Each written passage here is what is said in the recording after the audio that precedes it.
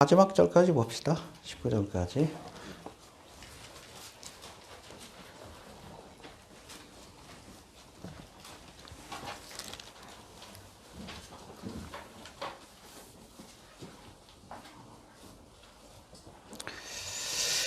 교독합니다. 또 내게 지팡이 같은 갈대를 주며 말하기를 일어나서 하나님의 성전과 제단과 그 안에서 경배하는 자들을 청량하되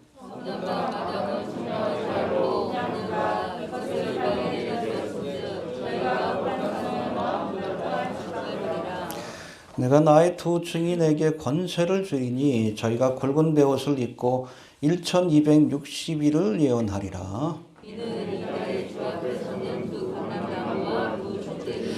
만일 누구든지 저희를 해하고자 한즉 저희 입에서 불이 나서 그 원수를 소멸할지니 누구든지 해하려 하면 반드시 이와 같이 죽임을 당하리라. 저희가 권세를 가지고 하늘을 닫아 이웃이 벽을 하고 또 권세를 가지고 물을 변하여 비틀게 하고 아무 때든지 원하는 대로 하지 않도록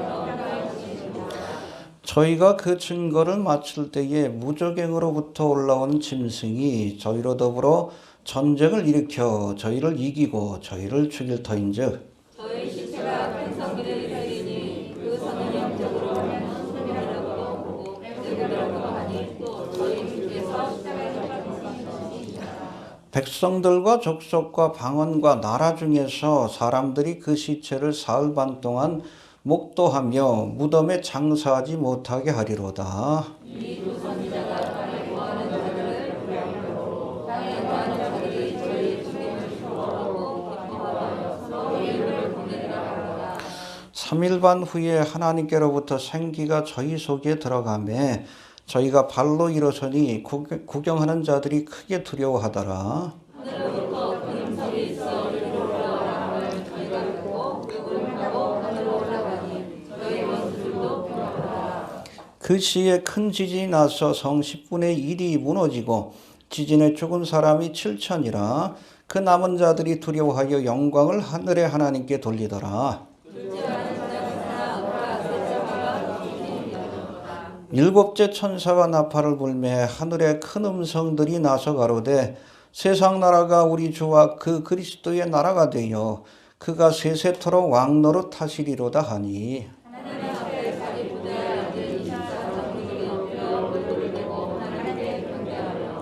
가로되 감사하옵나니 옛적에도 계셨고 시방도 계신 주 하나님 곧 전능하신 이여 친히 큰 권능을 잡으시고 왕노릇 하시도다. 이방인들이 분노하게 주의 진노가 임하여 주대로 심판하시며 종선자들과 강도들과 또 그런 죄수하고 주의 이름을 경외하는 자들에게 심판하시며 또 땅을 경외하는 자들을 멸망시키시리로다. 함께 봉독합니다. 이에 하늘에 있는 하나님의 성전이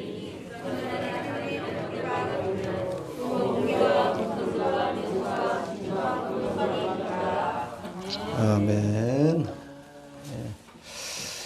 오늘 본문은 여섯째 나팔 재앙에서 일곱째 나팔 재앙으로 넘어갈 때에 일곱째 나팔 재앙은 대접의 재앙입니다.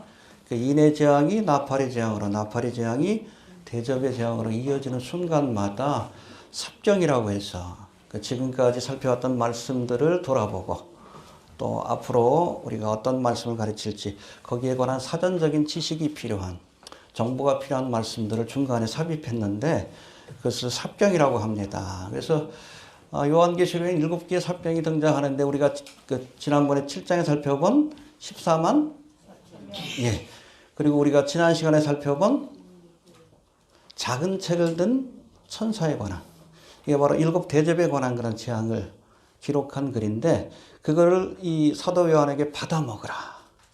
입에서는 다나 배에서는 쓰게 되더라. 할렐루야. 하나님의 말씀을 우리가 달게 먹을 수 있는 사람이 복됩니다. 알겠습니까? 때로는 징계의 말씀이라 할지라도 그것을 아멘 할 수 있는 자에게 복이 있습니다. 오늘은 세 번째 삽경으로 이어지는 말씀인데 이건 특별히 앞으로 세워질 환란 성전에 관한 말씀 1절 2절입니다. 그리고 이어지는 두 증인에 관한 말씀 3절부터 13절까지의 말씀인데 이 말씀을 통해서 우리에게 주시는 교훈들을 한번 생각해 보도록 하겠습니다. 첫 번째, 우리가 환란성전으로 알려진 제3성전에 대해서 살펴볼 필요가 있는데 1절, 2절 한번 봅시다. 시작.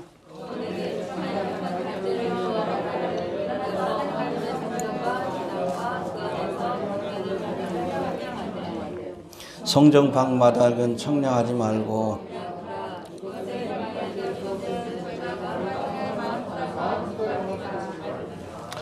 아멘. 예, 여러분 제3성전은 7년대 환란의 중심 무대입니다. 그래서 여러분 7년대 환란이 펼쳐지기 위해서는 반드시 성전이 있어야 돼. 지금 있어요, 없어요? 없어요. 그래서 지금 예루살렘에서 성전 위원회도 세워지고 저들이 성전을 세우고자 애쓰고 있는데 여튼 이 성전이 세워지게 되면 7년대 환란의 사건이 펼쳐지게 될 것이고 그 무대가 준비되었다라고 보시면 됩니다. 이해가 됩니까?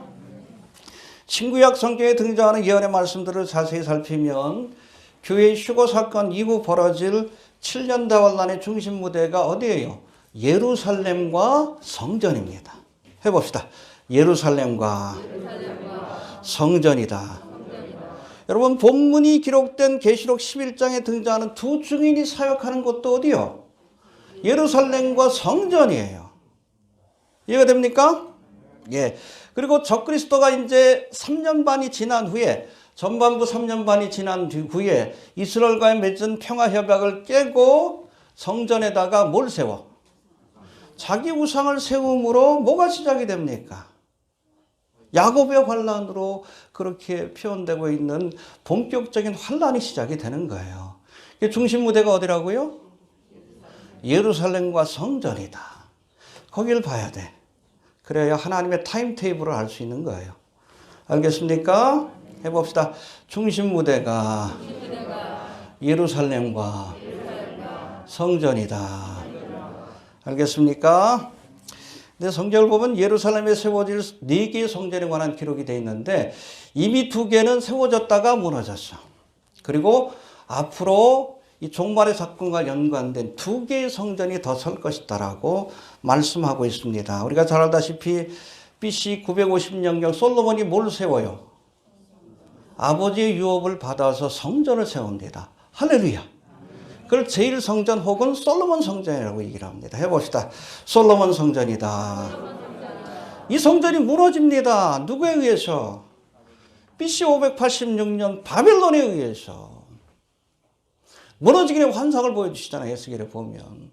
성전에서 보니까 거기 있는 사람들이 하나님을 경외하는 것이 아니라 담무스를 경외하고 태양신을 숭배하는 모습을 보여주면서 이가봇의 환상을 보여줘요. 하나님이 견디지 못하고 떠나십니다. 그러고 나서 성전이 무너진 거예요. 이해가 됩니까? 예, 이거 좀 올려주시죠. 예. 그런가 하면 두 번째 성전은 수룹바벨 성전이라고 해서 해봅시다. 수룹바벨 성전. 여기다 고정시켜 놔야 되는데 어디다 놔야 될지 모르겠어요. 해봅시다. 수룹바벨 성전. 이건 바벨론에서 돌아온 이스라엘 백성들이 고레스의 칙령에 의해서 누구를 중심으로 수룹바벨을 총독으로 해서 돌아온 이스라엘 백성들이 다시금 70년 만에 성전을 재건하게 돼요. 할렐루야.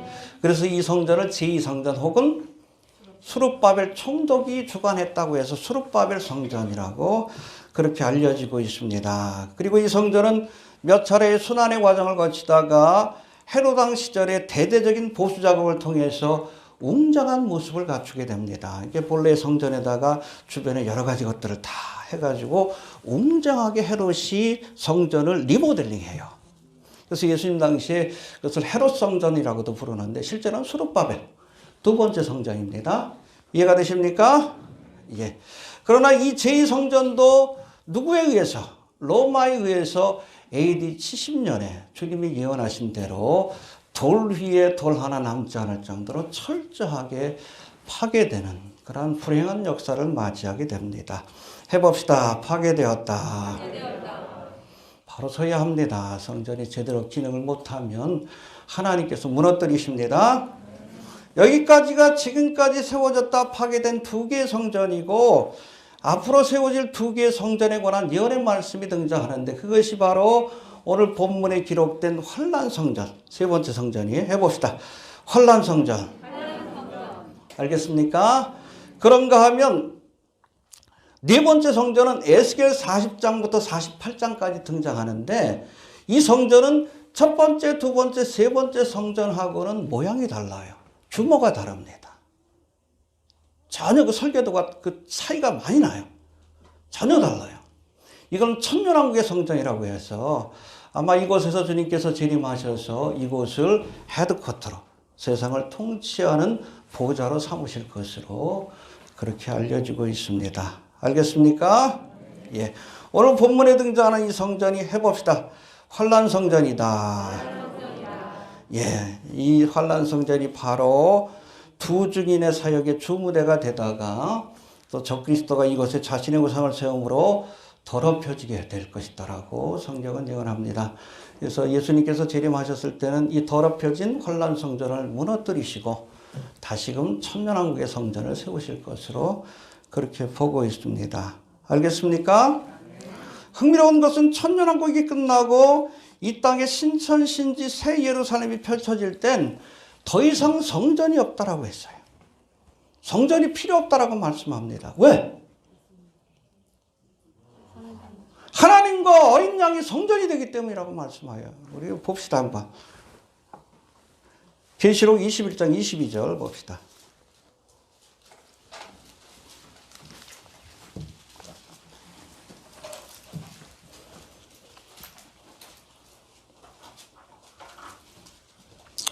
읽어봅시다. 시작.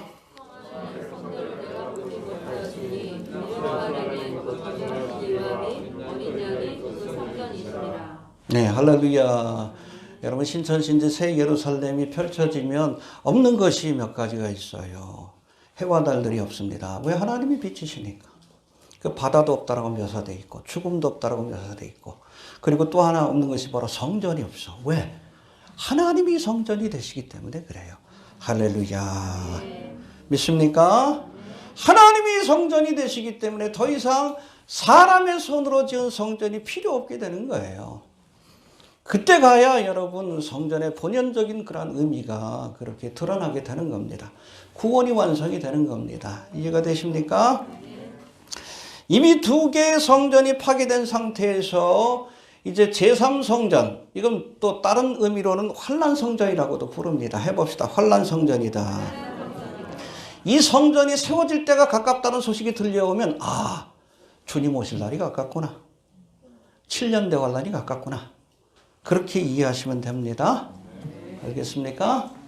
여러분 1948년 5월 14일 고토로 돌아와 나라를 재건한 유대인들은 그 옛날 바벨론 포로에서 돌아와 성전을 재건하고 나라를 재건했던 저들의 선조들처럼 성전 재건을 간절히 바라고 있어요. 너무나 소망하고 있습니다. 근데 못해. 왜? 그 자리에 뭐가 있어? 이슬람의 제3성지라고 하는 황금돔성. 보셨죠? 예루살렘 보면 그 금덩어리로 된 거. 그거 무너뜨려야 돼. 그게 무너져야 여러분 제3성전이 설 수 있는 거예요. 거기다가 여러분 그 무너뜨리고 세운다 그러면 그야말로 전쟁이 일어납니다. 하고 싶어도 못하는 거예요. 근데 여러분 장차 에스겔 38장 39장에서 예언하고 있는 곡과 마곡의 전쟁, 이 전쟁으로 이슬람 세력들이 괴멸이 될 겁니다. 알겠습니까? 그때가 되면 아마 이스라엘 백성들이 주저 없이 그 성전을 무너뜨리고 황금돔성을 무너뜨리고 제3성전을 재건하게 될 겁니다. 할렐루야. 그 전에 휴거됩시다. 예. 아무튼 이 곡과마곡 전쟁 직후에 세계적인 지도자가 나타나서 이스라엘과 몇 년 동안 평화협상을 맺어요? 그게 바로 7년 대환란이에요. 3년 반 만에 그 평화협상을 파기하지. 파기하고 성전에다 자기 우상을 세움으로 이스라엘 백성들에게 대한 본격적인 핍박이 시작이 됩니다. 아마 그전에는 핍박이 없어요. 환란도 아마 패스오버 할 겁니다. 인과나팔의 재앙도 이스라엘 땅에는 그 재앙이 패스오버 할 가능성이 높아요. 혹시 남겨주면 거기로 도망가셔요? 알겠습니까? 그러나 3년 반이 지나면 본격적인 환란이 이스라엘 땅에 내려지는데 그때는 어디로 도망가라 그랬어요? 광야 혹은 산으로 된 광야요. 어디 있어요?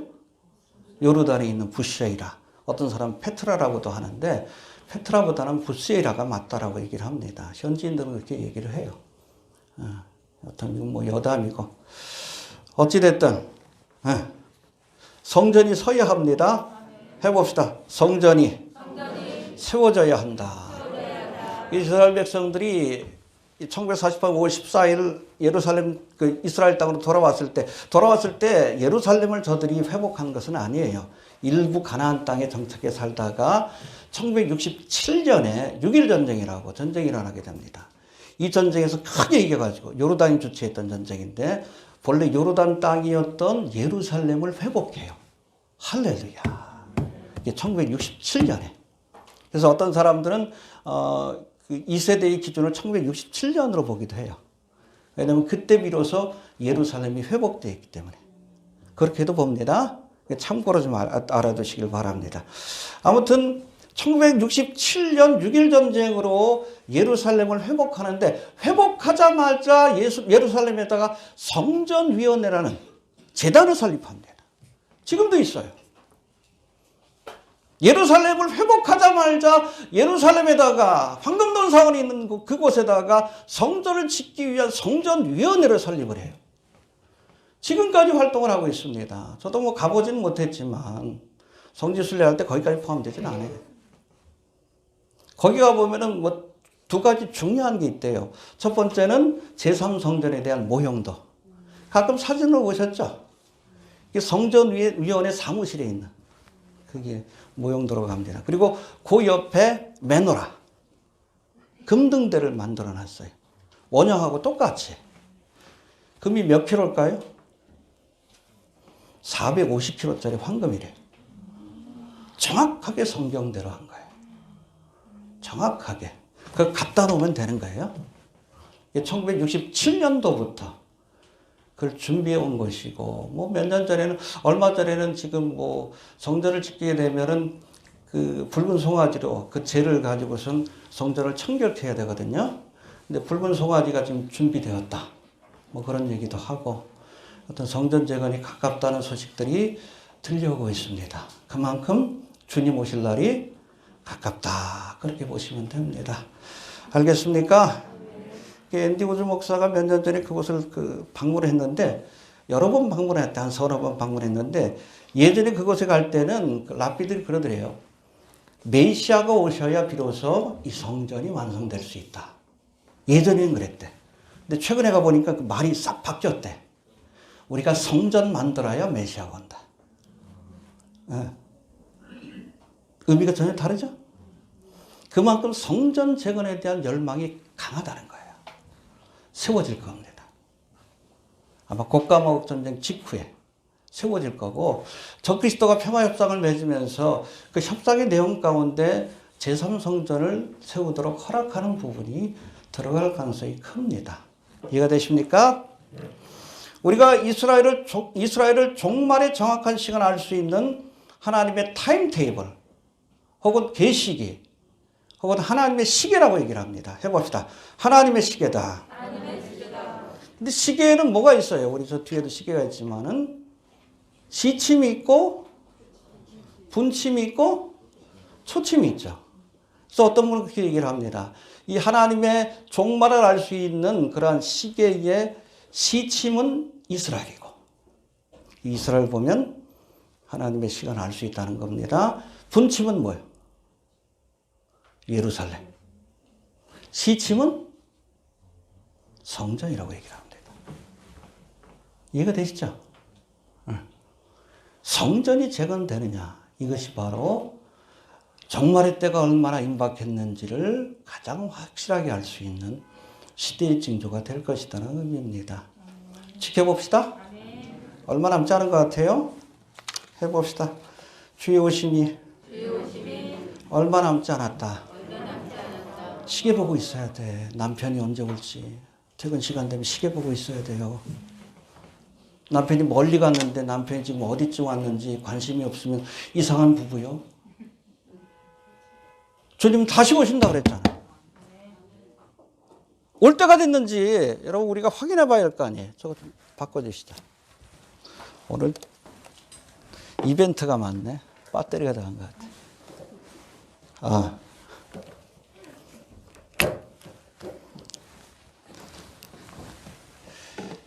해봅시다. 기다려야 한다. 남편이 돌아올 시간이 됐는지 시계를 보면서 기다려야 될 것 아니에요. 퇴근 시간인지. 관심이 없어 그냥. 뭔가 문제가 있는 거예요. 신부는 기다려야 합니다. 뭘 보면서? 시계를 보면서. 이스라엘을 우리가 살펴보면서. 왜 우리가 제가 뭐 블로그에도 시대의 징조에 관한 것 가장 중요한 것은 일루미나티에 관한 소식이 아니에요. 이스라엘에 관한 소식이고 예루살렘에 관한 소식이고 성전에 관한 소식이에요. 이게 여러분 시침이고 분침이고 초침이고 이스라엘이 어떤 상황이든가 곡과목의 전쟁이 가깝다. 성전 재건이 가깝다. 그만큼 주의 오심이 가깝다는 얘기예요. 시계 좀 보고 삽시다. 관심이 없어요. 관심이 없어.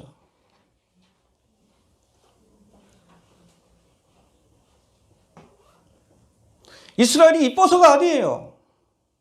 하나님의 계시이기 때문에 그래요. 7년 대환란 이스라엘에게 주신 시간이 한일의 사건입니다. 그 전에 교회가 자리를 떠나는 거예요. 휴거의 사건이 있는 거예요.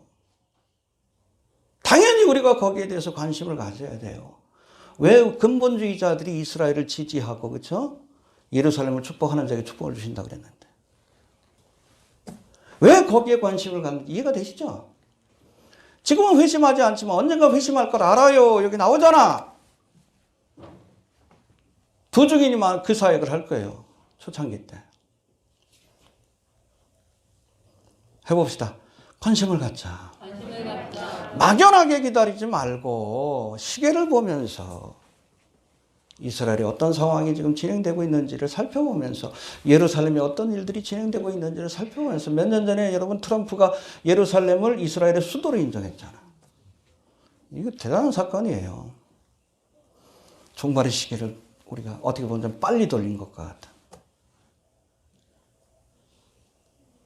그 성전 재건이 어느 정도까지 진척됐는지 좀 지켜보시길 바랍니다. 막연하게 기다리지 마시고 예배 시간이 됐는지 남편 올 시간이 됐는지 좀 보고선 시대의 징조를 살펴보면서 우리가 살아가는 성도가 좀 될 수 있길 바랍니다. 이해가 되십니까?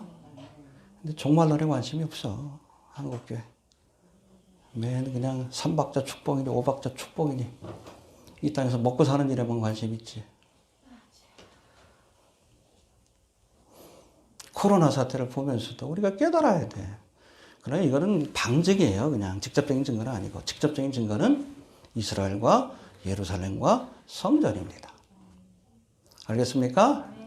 근데 답답한 게 뭔가 하면 이 블로그에도 보면 연예인들에 관한 일루미나티에 관한 글들 이렇게 올리면 조회수가 높아. 근데 이스라엘과 뭐 성전에 관한 올리면 반도 안 나와. 조회수가. 이게 뭐가 중요한지를 모르는 거예요. 도대체 무엇이 중요한데? 에? 뭐가 중요한지를 몰라. 우리가 일루미나티에 대해서 적그리스도의 세력에 대해서 우리가 살펴볼 때도 성경의 관점에서 참고하기 위해서 보는 거예요. 그게 주가 되면 안 됩니다. 왜 이스라엘에 관심이 있는가? 주님 오실 날이 가깝다는 그것을 보여주기 때문에 그런 거예요. 좀 그럴 수 있게 되기를 바랍니다. 또 두 번째 2절에 보니까 성전의 밭갈들은 청량하지 말고 그냥 두라 말씀하는데 2절 한번 봅시다. 시작.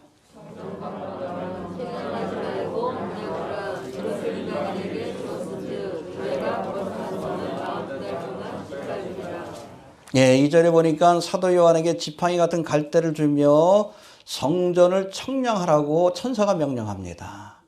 근데 이 천사는 뭐 다른 천사가 아니에요. 10장에 그 기록된 작은 책을 든 천사입니다. 그 천사가 처음에는 먹으라 그러더니 이번에는 야 갈대 같은 막대기 자를 들고선 성전을 청량해라. 할렐루야. 이게 청량하다 성전 방마당을 청량하려고 하니까 청량하지 말고 그냥 둬라라고 말씀합니다. 해봅시다. 청량하지 말고 그냥 둬라. 성전 바깥마당은 이방인의 뜰입니다. 이방인의 뜰인 이것을 뭐라고 합니까? 이방인에게 주었은즉. 해봅시다.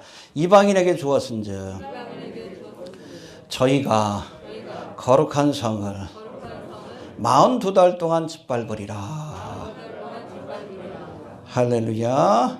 예, 여러분 7년대 환란을 전후로 해서 환란 성전인 제3성전이 세워진 이후 7년대 환란이 정확히 1260일 전반부 1260일이 지난 시점, 그리고 1260일 후반부 42달의 시간이 남은 시점에 이제 적그리스도가 성전에다가 자신의 우상을 세우고 경배하기를 강요함으로 성전을 더럽히게 될, 그렇죠? 이방인들에 의해서 성전이 더럽히게 될 그 사건을 예언하신 말씀입니다. 해봅시다.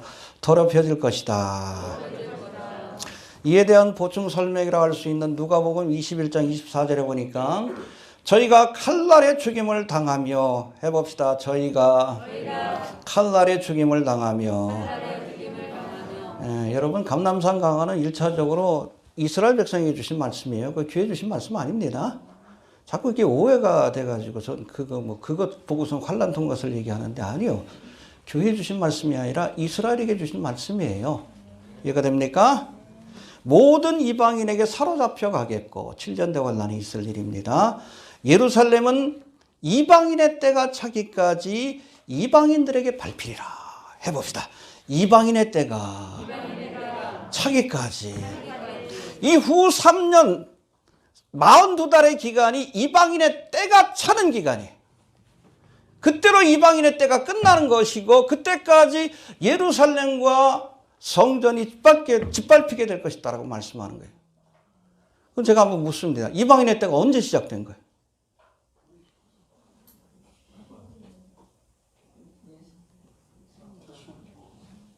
언제 시작된 거예요? 아니, 이방인의 때가 언제 시작된 거예요? 이방인에 의해서 예루살렘과 성전이 짓밟히는 사건 언제 시작됩니까? 바벨론으로부터 시작된 거예요. 이해가 되셔요? 지금까지도 예루살렘과 성전이 짓밟히고 있잖아요. 온전한 회복을 못 이루고 있지. 그 이방인의 때에 대한 환상이 바로 다니엘 2장에 나오는 느부갓네살 왕이 본 신상에 관한 이상이에요. 그 이방인의 때를 묘사해 준 거예요. 바벨론 다음에 바사제국, 바사제국 다음에 헬라제국, 헬라제국 다음에 로마, 그리고 마지막 때에 로마의 뿌리를 든 10개의 발가락, 뉴월드 오더. 그때까지 예루살렘과 성전이 짓밟히는 수치를 겪게 되는 거예요. 그 끝이 바로 42달. 그 다음엔 뭐예요? 뜨인 돌 대신 예수님 오셔서 이 세상 나라를 무너뜨림으로 이 땅에 이스라엘이 제사장 나라가 되는 하나님의 나라를 건설하시는 겁니다. 이해가 되시죠? 네. 그때까지가 이방인의 때입니다. 시작은 바벨론으로부터 시작된 거예요. 지금은 이방인의 때입니다. 알겠습니까? 선교하는 시기가 이방인의 때가 아니에요. 예루살렘과 성전이 짓밟히는 때. 알겠습니까? 누가복음의 말씀도 이스라엘에게 주신 말씀이에요. 자꾸 오해하시는데 우리가 확실하게 그 정의를 알아야 합니다. 해봅시다. 이방인의 때까지 이방인들에게 밟히리라. 예루살렘과 성전이. 이방인의 때의 시작은 바벨론으로부터, 끝은 7년대 환란의 끝. 거기까지가 이방인의 때고, 그 후로 주님이 오셔서 이스라엘이 제사장 나라가 되는 하나님의 나라를 건설하게 될 겁니다. 이해가 됩니까? 물론 그때 우리는 주님과 함께, 그렇죠? 왕후의 권세를 가지고. 왜? 우리 신랑이 누구요? 왕이요. 그러니까 우리가 에스더와 같은 왕후의 권세를 가지고. 할렐루야. 그래서 예수님을 또 로마서에 보니까 세컨드 아담이라고 얘기해요.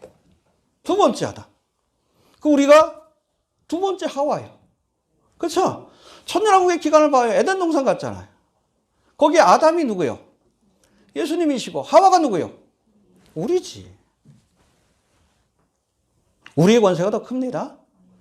이스라엘이 제사장 나라로서 모든 나라를 대표해서 천년왕국을 다스리지만 그건 여러분 신하의 권세고 우리는 왕후의 권세를 가지고 이 나라에 참여하게 된다. 이방인에 대한 그런 정의를 우리가 알아야 합니다. 알겠습니까? 이제는 두 증인에 관한 말씀을 살필 텐데 3절부터 13절까지가 두 증인에 관한 말씀인데 전체를 다루긴 시간이 부족할 것 같고 오늘은 그 말씀 가운데 두 증인의 사역을 다룬 6절까지의 말씀을 좀 살펴봅니다. 7절부터 13절까지는 두 증인의 죽음과 부활과 승천에 관한 말씀입니다. 이건 다음 시간에 살펴봅시다. 예. 첫 번째, 이 두 증인이 누구일까? 신학적인 디베이트가 많은 거예요. 과연 누구일까? 3절, 4절 한번 봅시다. 3절, 4절. 시작.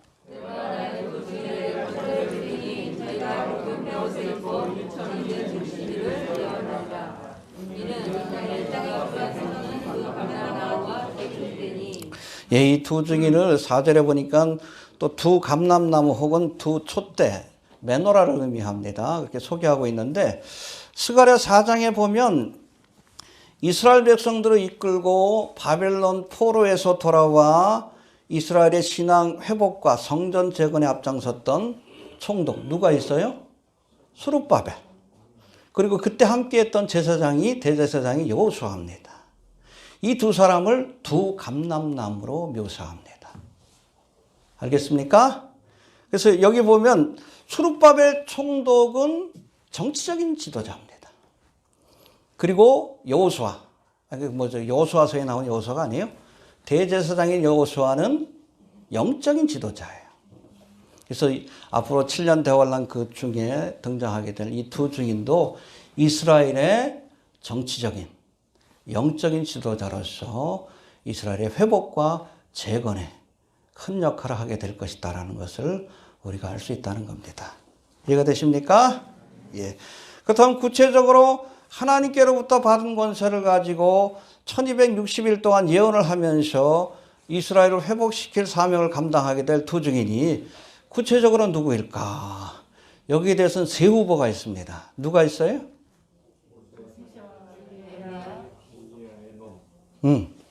성경에 보면 죽음을 맛보지 않고 천상으로 올라간 두 사람이 있어. 첫 번째 누구예요? 창세기 5장에 보니까 그렇죠. 에녹이 무두셀라를 낳고 나서 65세에 하나님이 그때 그 계시를 주셨어요. 네 아들이 죽으면 세상을 심판하리라. 그래서 무두셀라가 죽은 날 노아의 홍수 심판이 일어났어요. 정확하게. 예. 그때부터 정신을 차린 거예요. 아, 이렇게 살면 안 되겠다. 여기 오신 분들 가운데서도 지금 이 종말의 때라는 것을 깨닫고 교회 나오기 시작한 분들 계시죠? 그분들이 에녹이에요. 그렇게라도 깨달으면 됩니다. 알겠습니까? 에녹이 그랬어. 그래서 하나님과 몇 년 동안? 300년 동안. 그래서 365세에 죽었어. 죽은 게 아니라 데려가셨지. 하나님과 동행하는 삶을 살다가 어느 날 주님께서 야, 오늘은 우리 집에 가자. 데려가신 거예요. 죽음을 맛보지 않고 데려갔습니다. 할렐루야. 있습니까? 예. 그런가 하면 두 번째는 사역을 마치고 역시 불병거를 타고 하늘로 올라간 누구요? 엘리야 선지자가 있습니다. 열왕기하 2장에 나오는데 이 두 사람들은 육신을 가지고 지금 천상에 있어요. 어떻게 가능하냐? 하나님께는 가능합니다. 안 죽었어요, 이 사람들? 그래서 이 두 사람이 두 증인에, 왜냐하면 두 증인에 죽어야 되니까. 죽어야 돼. 죽는다고 돼 있잖아. 후보 가운데 하나입니다. 그런가 하면 느보산에서 죽음을 맞이했지만 그 시체를 찾지 못한 모세가 또 한 사람의 후보입니다. 유다서 1장 9절에 보면 참 재미난 말씀이 나와요. 천사장 미가엘이 모세의 시체에 대해서 마귀와 다투었다. 왜 다투었을까? 한번 봅시다. 1장 9절 한번 봅시다. 앞에 있으니까. 유다서는 그냥 1장밖에 없어요.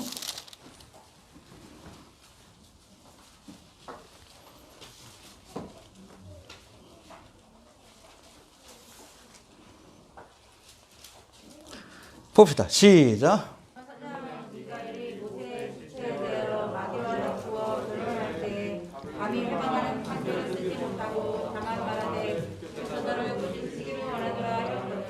네, 미가엘이 모세의 시체 이렇게 다 어떻게 보면 숨겨두니까 마귀가 거기에서 별로 왜 그거 숨겨뒀냐? 내놔라. 죽었으면 시체가 썩어야 되는데 왜 그거 네가 이렇게 보관하고 있느냐? 미가엘 천사장이 하나님의 지시를 받고 모세의 시체를 숨겨둔 거예요. 아마 썩지 않도록 보존했을 겁니다. 그래서 마지막 때에 그렇죠? 나사로가 소생했듯이 이 부활 아니에요? 모세가 다시금 소생해서 두 증인의 사역에 합류할 것으로 그렇게 보는 해석이 있습니다. 알겠습니까? 여튼 성경에 기록된 인물들 가운데 죽음을 맛보지 않거나 죽은 뒤에 시체를 찾을 수 없었던 세 인물 누구예요? 에녹과 엘리야와 모세. 이 세 사람이 두 증인의 후보 가운데 있는 세 사람입니다. 알겠습니까? 근데 많은 여러분 근본주의 학자들은 이들 가운데 모세와 엘리야가 두 증인일 것으로 그렇게 봅니다. 몇 가지 이유가 있는데 첫 번째, 이 모세와 엘리야는 구약을 대표하는 인물이에요. 우리가 구약을 얘기할 때 일반적으로 이스라엘 사람들은 율법과 선지서라고 얘기를 합니다. 해봅시다. 율법과 선지서. 왜냐하면 율법서하고 선지서는 직접 하나님께서 계시를 주신 말씀이기 때문에 가장 중요하게 여겨요. 그 중간에 뭐 역사서도 있고 잠언과 같은 성문서들도 있지만 시편과 같은 이거는 세컨더리 소스고 구약의 가장 권위 있는 말씀을 율법과 선지서라고 얘기를 합니다. 근데 율법을 누가 썼어? 그렇죠. 선지자의 대표가 누구예요? 엘리야죠. 이 사람들이 되어야 된다. 그리고 7년 대환란 동안 여러분 두 증인이 누구를 대상으로 사역을 해요? 첫 번째 사역은 이스라엘을 회심시키는 거예요. 그럼 누가 해야 되겠어? 구약의 인물이 해야지. 에녹은 이방인이에요. 이해가 됩니까? 에녹은 이스라엘과 상관없어요. 그 전에 태어난 사람이니까. 이해가 됩니까? 당연히 모세하고 엘리야가 해야지. 이스라엘과 연관된 사람, 이스라엘 민족이 해야죠. 그래서 첫 번째 이유가 바로 그것이고, 또 출애굽의 과정에서 모세는 이스라엘을 이끄는 정치적인 지도자, 누굴 닮아서? 수르바벨을 닮았잖아. 그렇죠? 두 감람나무 중에 하나. 그리고 여러분 엘리야는 영적인 지도자예요. 대제사장 여호수아를 닮았잖아요. 그렇죠? 이 두 감람나무 아닙니까? 그리고 세 번째는 예수님이 공생 기간 동안에 다보산이라고도 하고 그러는데 변화산상에서 자신의 모습을 변화시켰을 때에 그렇죠? 누가 나타났어요? 모세와 엘리야. 대화를 했죠? 구체적인 내용은 없습니다. 무슨 대화를 했을까? 아마 두 증인의 사역에 관한 대화를 했을 가능성이 큽니다. 에녹이 나타난 게 아니에요. 모세와 엘리야가 나타나. 대화하는 모습을 베드로가 보고 여기가 좋사오니 초막셋을 짓때 하나는 모세를 위해 하나는 엘리야를 위해 하나는 주님을 위해. 지는 어디서 할 거야? 웃기죠? 제정신이 아닌 거예요. 그래서 여러분 모세와 엘리야 할 것이다라고 보는 것이고, 그리고 마지막으로 보면 이게 5절 6절에 뭐 뒤에 또 살펴보겠지만 두 증인이 행하는 이적이 있어요. 근데 이게 바로 모세와 엘리야가 행했던 이적입니다. 알겠습니까? 물이 변하여 피가 되는 그런 이적을 행한다 그랬는데 누가 했어? 모세가 했지. 그리고 불이 나와서 원수를 소멸하는 기적. 모세도 했어요. 이따 설명을 드릴게요. 그리고 예언하는 날 동안 3년 반 동안 비가 안 오는 그런 기적을 행했다고 그랬어요. 누가 했어요? 엘리야가 했지. 그러니까 모세하고 엘리야 할 거라고 보는 겁니다. 이해가 되시죠? 예. 그리고 두 번째는 이들이 사역하는 사역의 시점. 우리가 전반부하고 후반부로 7년 동안을 나누는데 전반부에 사역을 했을 것이다라고 주장하는 사람도 있고 후반부에 사역을 했을 것이다라고 주장하는 사람들이 있는데 거기에 대해서 한번 살펴봅시다. 두 증인에 대해서 두 번째로 살펴볼 것은 저들이 사역을 시작하는 시점인데 저들이 사역하는 시점 1260일이라고 기록되어 있는데 달리 말하면 3년 반의 기간이 7년 대환란의 전반부냐 아니면 야곱의 환란으로 묘사되는 후반부냐 여기에 관한 그런 논쟁이 좀 있습니다. 여기에 대해서는 종말론의 대가로 알려진 대표적인 두 학자 존 F. 월버드 작고하셨습니다. 이분 제자가 바로 레프트 비하인드를 쓴 팀 라이예요. 팀나이도 얼마 전에 몇 년 전에 작곡하셨어요. 예. 그걸 또 있는 분이 지금 앤디 우즈라고 가장 활발하게 활동하고 있는데 제가 좀 그 양반 설교를 좀 계속 듣고 있어요. 강의할 때도. 아무튼 이 존 F 월버드하고 팀나이는 사제지간이지만 특별히 두 중인의 사역기간에 대해서는 서로 좀 의견이 나눠져요. 그래서 존 F 월버드 같은 경우에는 후반부에 두 중인이 사역하고 곧바로 대접의 재앙이 빠바방 내려지고 예수님이 재림하시는 걸로 그렇게 묘사를 하고 있고, 아니다, 팀나이 같은 경우에는 제자지만 그것보다는 전반부에 그게 사역하는 것으로 해석하는 것이 맞다라고 그렇게 보고 있습니다. 그 근거를 한번 살펴봅시다. 먼저 다니엘 9장 27절과 요한계시록 13장에 보면 7년 대환란의 중반부에, 그렇죠? 3년 반이 지난 시점에, 후반부가 시작되는 시점에 적그리스도가 자신의 우상을 어디에 세워? 성전에 세워. 근데 그때 만약에 여러분 그 두 증인이 후반부에 사역을 한다면 그거 볼 거 아니에요? 그냥 놔두겠어요? 있을 수 없는 이야기라는 거예요. 두 증인과 적그리스도의 우상이 공존할 수가 없다는 거예요. 죽기까지 싸우든지 아니면 물리치든지 했겠죠. 이해되시죠? 첫 번째 이유고, 앞서 살펴봤듯이 모세와 엘리야로 추측되는 두 증인의 주된 사역은 이스라엘 백성들을 회심시키는 겁니다. 근데 이스라엘 백성들이 회심해야 되는 이유가 뭐예요? 떠나간 교회를 대신해서 선교적 사명을 감당해야 돼. 그러면 7년 대환란의 초창기 때 일어나야 돼요. 그 회심한 사람 가운데 대표적인 사람이 누구요? 각 지파에서 12,000명, 14만 4,000명이에요. 그 7장에 나와. 7년 대환란의 초반부에 일어나는 일입니다. 그러려면 전반부에 두 증인이 그 사역을 해야 된다는 이야기예요. 이해가 되시죠? 예. 그리고 본문에 묘사되고 있는 사건들은 일곱 대접의 재앙이 시작되기 바로 직전에 일어날 사건입니다. 알겠습니까? 그래서 오늘 본문 두 증인에 관한 말씀이 나오고 14절과 15절이 일곱 번째 나팔의 재앙, 즉 일곱 대접의 재앙에 대한 묘사입니다. 14절 15절 봅시다. 시작.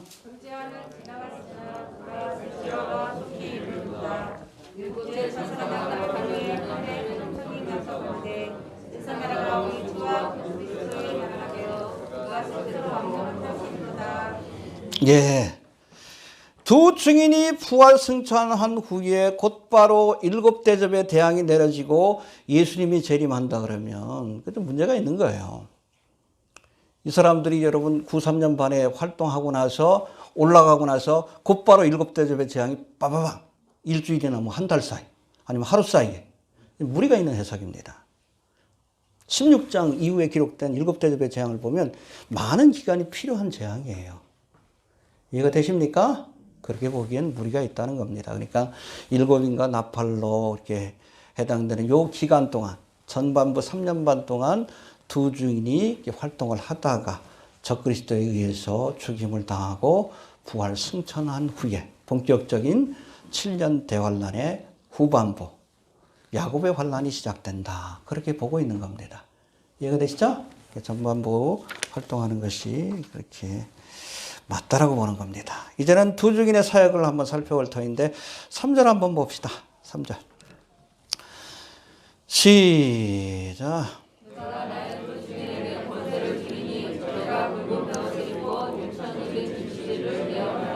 예, 두 증인의 사역은 1260일, 요거를 달리 말하면 42달. 이스라엘은 한 달이 30일, 1년이 360일. 365일 아니에요. 달이 기준이기 때문에. 그래서 3년이면 3년 반이면 1262일이 되고 42달이 되는 겁니다. 같은 의미예요. 아무튼 이 기간 동안에 굵은 베옷을 입고선 사역을 한다라고 말씀해요. 이 굵은 베옷은 슬픔과 애곡의 상징입니다. 회개할 때 이걸 입는 거예요. 두 증인이 전파하는, 이스라엘을 향해서 전파하는 메시지가 뭐예요? 회개하라요, 회개하라. 하나님의 나라가 가깝다. 해봅시다. 회개하라. 하나님의 나라가 가깝다. 회개해야 여러분 천년왕국의 주인공이 될 수 있는 거예요. 이스라엘 백성들에게 회개의 메시지를 전파하는 겁니다. 1260일 동안 굵은 베옷을 입고.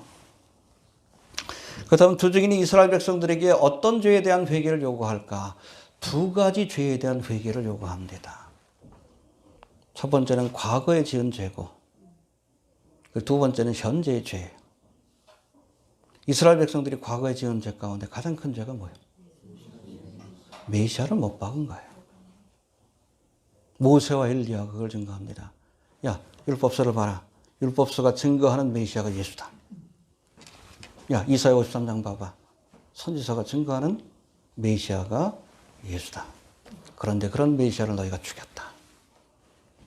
그 이야기를 들을 때 이스라엘 백성 가운데 민족적인 회개 역사가 나타나는 거예요. 스가랴 12장 10절에 보니까 이 마지막 때가 되면 이스라엘 백성들이 찌른 바 그를 바라보고, 저들이 십자가에 못 박고 창으로 찔러가지고 죽인 예수를 바라보면서 회개할 거라고 했어요. 애통하리라. 누구의 메시지를 듣고? 두 증인의 메시지를 듣고. 해봅시다. 회개하라. 알겠습니까? 그런가 하면 현재의 죄에 대한, 그렇죠? 7년 대화단이 펼쳐질 때, 지금 이스라엘 백성들의 죄에 대한 그런 회개를 요구하는 말씀을, 그렇게 메시지를 전하게 될 겁니다. 구체적으로 우리 8절 한번 봅시다. 11장 8절. 무슨 죄를 회개할까? 시작.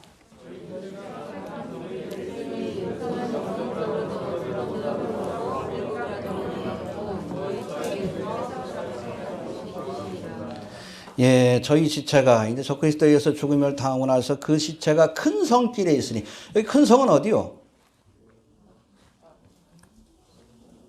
예루살렘이에요. 예루살렘.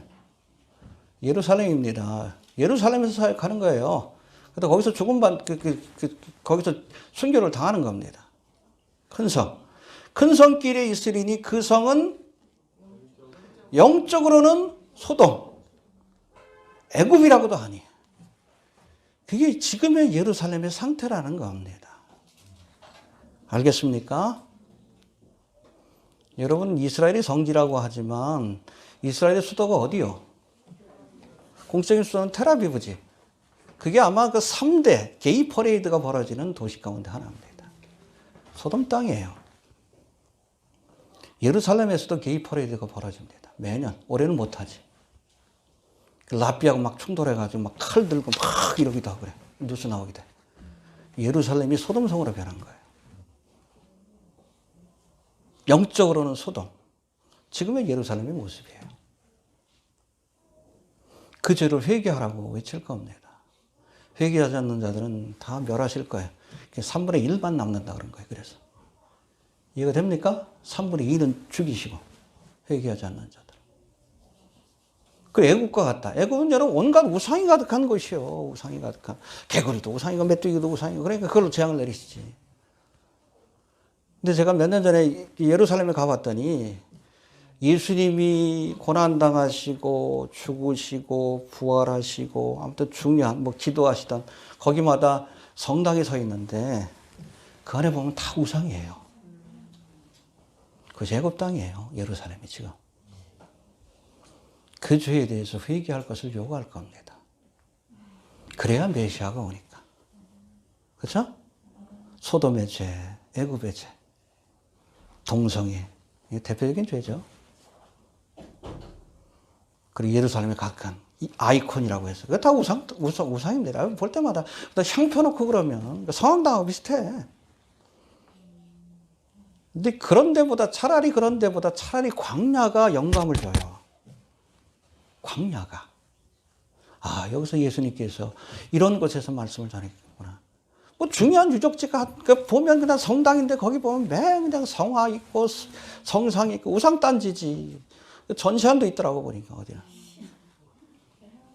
그게 애굽 땅이지. 왜 호루스의 눈을 거기다 갖다 놨어? 그 모든 것들을 다 지적하면서 다 아마 청결케 하는 그런 작업도 할 거예요. 그래야 주님이 오시니까. 네. 아무튼 과거의 죄에 대해서 회개할 것을 요구할 겁니다. 굵은 배옷을 얻고 메시아를 죽인 죄, 그리고 현재의 죄, 영적으로 소돔과 애굽 땅으로 변한 그것이 회개할 것을 이렇게 요구하게 될 겁니다. 알겠습니까? 그래야 주님이 오십니다. 해봅시다. 회개하라. 천국이 가까웠다. 그렇죠. 예루살렘을 깨끗이 청소해야지. 두 증인이 그 역할을 하는 거예요. 그 엘리야가 뭐 주의 오실 길을 예비한다 그랬잖아. 그렇잖아요. 세례 요한은 엘리야의 영과 사명을 받은 사람이고 실제로 엘리야가 오잖아. 예수님이 오시기 전에, 재림하시기 전에 주의 오실 길을 예비해야지. 주님이 오실 예루살렘을 청결케 해야지. 깨끗게 하는 것. 이스라엘 백성들의 마음속에 메시아를 영접할 수 있는 마음의 준비를 시키게 될 겁니다. 이해가 됩니까? 예. 그리고 마지막으로 5절, 6절에 보면 그러니까 이스라엘 백성들에게는 뭘 해요? 회개의 말씀을 선포하는 거예요. 회개의 예언을. 회개하라? 그렇죠. 죄를 회개하라. 그래야 메시아를 영접할 수 있으니까. 세상 나라에 대해서는 그 옛날 모세와 엘리야처럼 하나님의 권능을 보여주게 될 거예요. 여호와의 사심을 보여주게 될 겁니다. 여러 가지 이적을 통해서. 할렐루야. 그게 5절, 6절에 나와 있어요. 여기까지 보고 마칩시다. 5절, 6절 시작.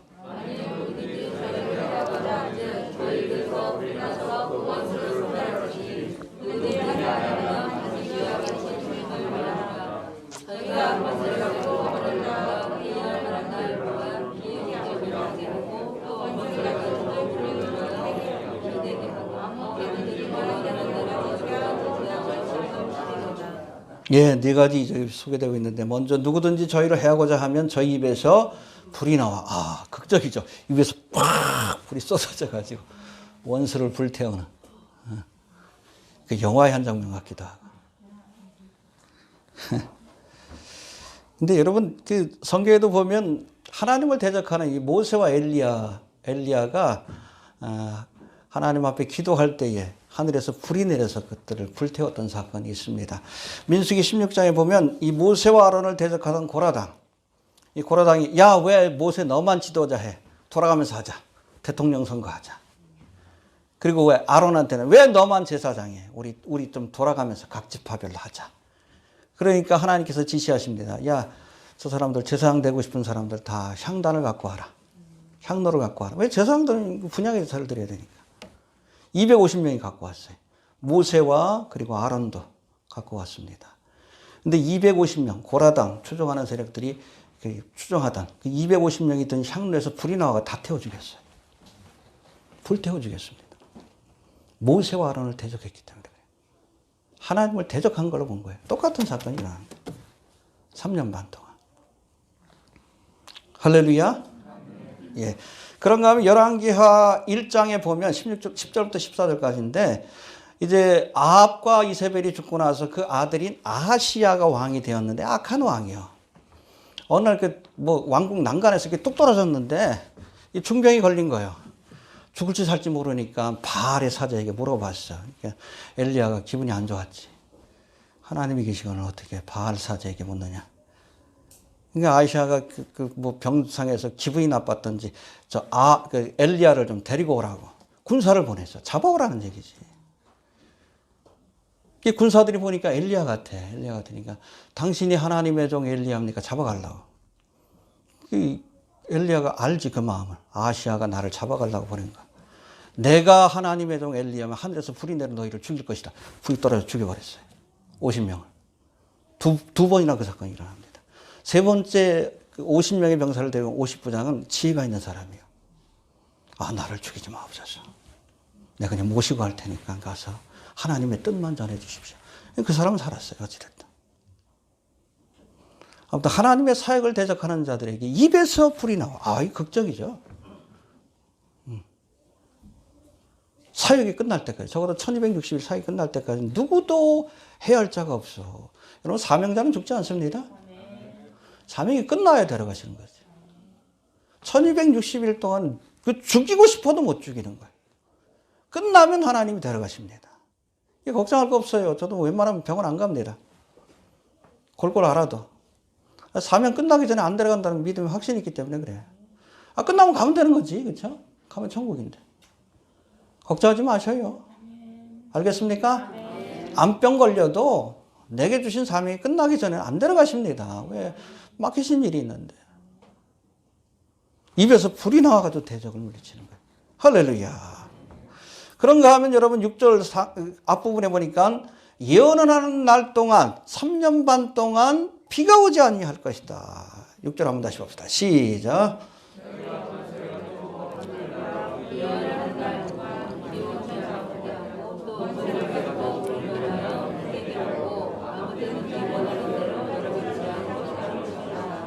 예언하는 날이 며칠이라고 되어 있어요? 앞에 보니까 1260일.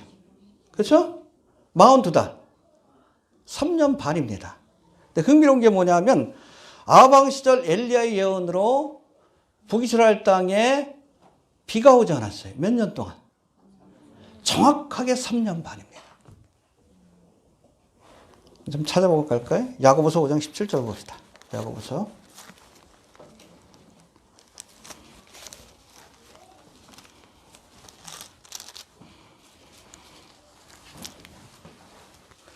(376페이지) 나와 있어요. 읽어보고 지나갑시다. 시작.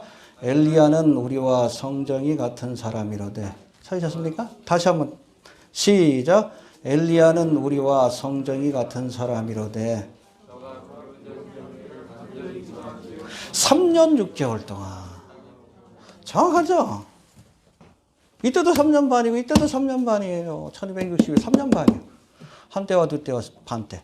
한때와 두때와 세때와 반때. 한때와 두때와 반때네. 헷갈려. 그렇죠? 똑같은 이적이 일어나는 겁니다.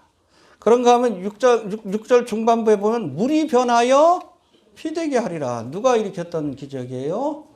모세가 애굽 땅에 내렸던 기적 가운데 첫 번째. 그리고 6절 뒤에 보니까 아무 때든지 해봅시다. 아무 때든지 원하는 대로 여러 가지 재앙으로 땅을 치리라. 이건 여러분 대접의 재앙, 나팔의 재앙하고 상관없이 아무든지 예루살렘을 중심으로 해가지고 하나님이 이적을 일으킬 겁니다. 피, 개구리, 10가지 재앙이 있었죠. 그런 재앙과 같은 재앙으로 대적들을 치게 될 것이다. 그러니까 아무튼 이들이 활동하는 사역하는 3년 반 동안 세상 사람들이 너무나 괴로웠어. 그래서 죽이고 싶은데 죽지도 않고. 근데 이 두 증인을 누가 죽여? 짐승이 죽여요. 짐승이란 말이 처음 나오는데 여기 7절 8절이 좀 이어지는. 그 사람들이 너무 좋아가지고 막 그냥 크리스마스 선물도 나눠주고 그러면서 기뻐하는 거예요. 기쁜 소식이지. 3년 반 동안 저들을 괴롭혔기 때문에 그래요. 아무튼 이스라엘 백성들을 향해서는 회개하라. 네, 그 메시지를 전하시고. 그리고 세상 나라를 향해서는 하나님의 권능. 여러 가지 이적을 통해 재앙을 통해서 여호와의 사심을 보여주는 그런 권능을 행할 것이다라고 그렇게 말씀합니다. 그리고 7절부터 13절까지는 이 두 증인이 사역을 마치고 적그리스도에서 죽임을 당하고 부활하고 그것도 3일 반 만에 부활하고 승천하는 그 모습을 다 지켜본다고 했습니다. 중계되는 거예요. 세상 사람들이 다 지켜보는 거예요. 여호와의 사심을 보게 되는 거지. 이해가 되십니까? 그런 사건이 일어나게 되고 하여튼 그 사건 이후에 또 이어지는 말씀을 보면 이제는 세상 나라가 끝나고 이방인의 때가 끝나는 거예요. 하나님의 나라가 임할 것이다. 할렐루야. 그렇죠. 느부갓네살이 본 그 세상 나라가 이제 끝나는 거예요. 마지막 뉴 월드 오더로 적그리스도의 나라. 그 대접의 재앙을 통해서 하나님의 나라가 임하게 될 것을 보여주는 선포하는 말씀이 여기 기록되어 있습니다. 할렐루야. 믿습니까? 다음 시간에 좀 살펴봅시다.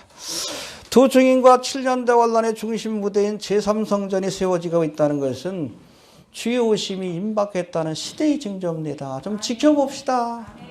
시계보고 삽시다. 이스라엘은 여러분 시침이에요. 지금 몇 시쯤 됐는가? 예루살렘은 분침이요. 몇 분쯤 됐는가? 주님 오실 날이 얼마나 가까운가? 그리고 성전은 시침이에요. 늘 관심을 가지시길 바랍니다. 예루살렘의 상황에 대해서. 남의 나라 이야기가 아니에요. 우리 이야기요. 그 전에 교회는 떠나가는 거예요. 돌감람 나와가지고 우린 이스라엘 회복이 가깝다는 건 그렇죠. 그만큼 우리가 떠나갈 때가 휴거에 될 때가 가깝다는 징조입니다. 늘 확인하시길 바랍니다. 연예 기사만 보지 말고, 이제 블로그 운영하면서도 어떨 땐 회의감이 들어. 어떨 땐 또 좀 사람들 관심을 끌기 위해서 그런 기사를 올릴 때도 있어요. 한두 사람이나 더 보라고. 이게 계기가 되니까. 정말로 원하는 것은 이스라엘에 관한 소식. 그리고 조금 더 좀 들어가면 이제는 성경에 있는 말씀, 좀 설교 좀 들으라고 이렇게 하는데, 여러분 이스라엘에 관한 소식은 또 여기 조회수가 적은데 설교에 관한 것도 훨씬 더 조회수가 적어요. 10분의 1밖에 안 나와. 뭐가 중요한지 몰라요. 시계 보고 삽시다. 하나님께서 시계를 주셨어요. 우리에게 우리 정확한 그날과 그 시는 몰라. 그러나 우리에게 시대의 징조를 확인할 수 있는 예루살렘과 이스라엘과 예루살렘과 성전 그 상황을 지켜보면서 주의 옷이 임박했다는 것을 우리가 깨달아야 합니다. 예, 깨달을 수 있게 되길 바랍니다. 모세와 엘리야일 것으로 보이는 두 증인이 이제 굵은 베옷을 입고 3년 반 동안, 전반부 3년 반 동안 이스라엘 백성들에게는 회개를 요구할 것이고, 회개하라? 그렇죠. 세상 나라를 향해서는 하나님의 권능을 보여주는 그러한 일들을 행할 것입니다. 할렐루야. 그리고 그 과정을 통해서 세상 나라가 심판을 받고 하나님의 나라가 이루어지게 될 겁니다. 제가 늘 얘기하지만 7년 대환란은 이스라엘에게 허락된 70일 가운데 90년 가운데 마지막 한 일이에요. 알겠습니까? 계획은 상관없습니다. 교회는 그 전에 떠나가야 돼. 떠나가야 합니다. 그래서 제가 그랬잖아요. 제가 왜 우리 요한계시록 강의를 러시아어로 번역해가지고 이스라엘에 보내려고 하는가. 왜? 우리하고는 상관없는 책이요. 3장까지만 보면 돼. 교회 시대 거기 끝나잖아. 나머지 건 여러분 이스라엘 백성들이 봐야 되고 남겨질 사람이 봐야 돼. 휴거되면 제 책 잘 팔릴 것 같아. 인쇄도 못 받는데, 그렇죠? 남겨질 사람들이 보는 거예요. 3장까지만 보고 가야 돼. 그럴 수 있게 되길 바랍니다. 끝까지 어떤 시대의 징조를 깨달을 수 있게 되길 바랍니다. 우리 주신 말씀 바라보고 생각하면서 다시 한번 하나님의 나라를 소망하는 마음까지 기도하시고 또 한국교회를 위해서 기도하는 시간 갖도록 합니다.